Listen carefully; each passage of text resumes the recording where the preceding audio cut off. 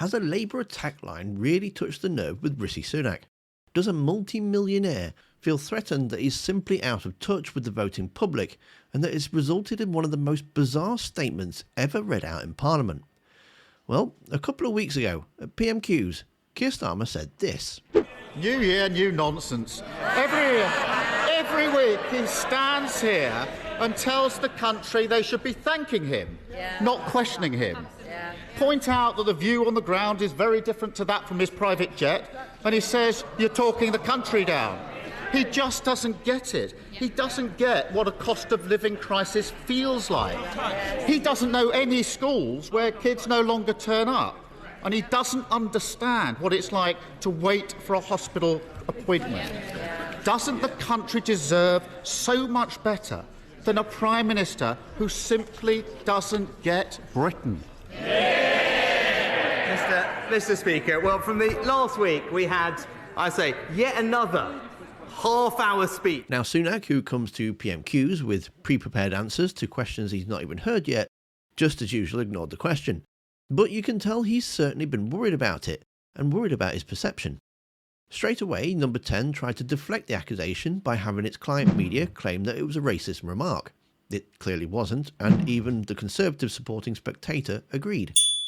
The plan is now to deploy Sunak's wife, daughter of a billionaire, to go out knocking on some doors, supporting a sensible pair of pumps than designer footwear, as the couple make the apparent conscious effort to play down their wealthy status to appeal to voters, and that she could be used as a sort of a shield to humanise the image of an embattled Prime Minister.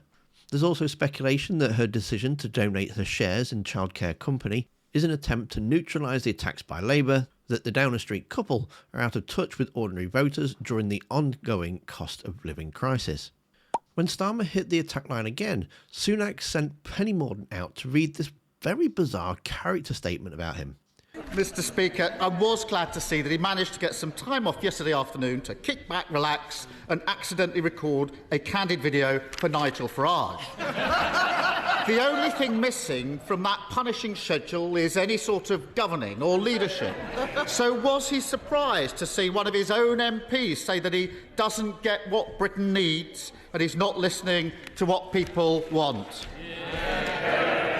Prime Minister. Mr. Speaker, he talks about what Britain needs, what Britain wants, what Britain values. This from a man who takes the knee, Mr. Speaker, who wanted to abolish the monarchy, who still doesn't know what a woman is, and who just this week, one of his front benchers said that they back teaching divisive white privilege in our schools, Mr. Speaker. Looking at his record, it's crystal clear which one of us doesn't get Britain's values.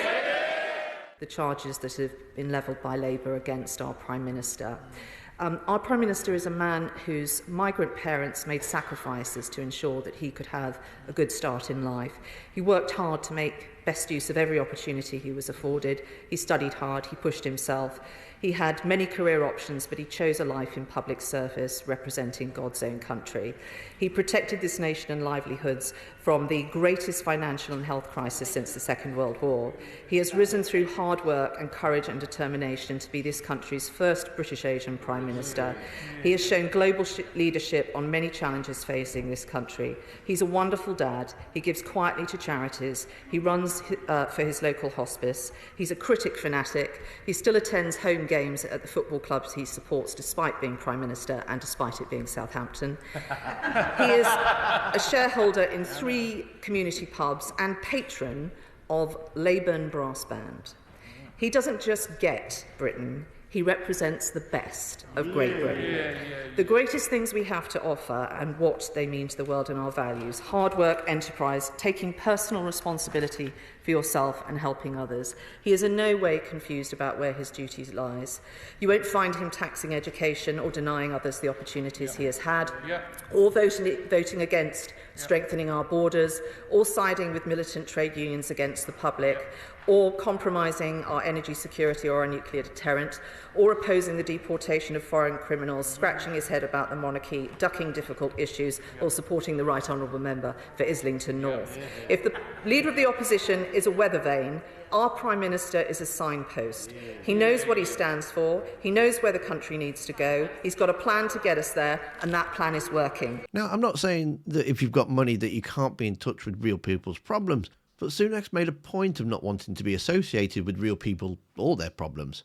I have friends who are upper class, I have friends who are, working class, but I'm not working class, but Because we inherited a bunch of formulas from the Labour Party that shoved all the funding into deprived urban areas, then that needed to be undone. I started the work of undoing that. When it comes to spending taxpayers' money, Sunak's more than happy to think that you're rather stupid and that you need to believe that £300 million for absolutely nothing in return is good value.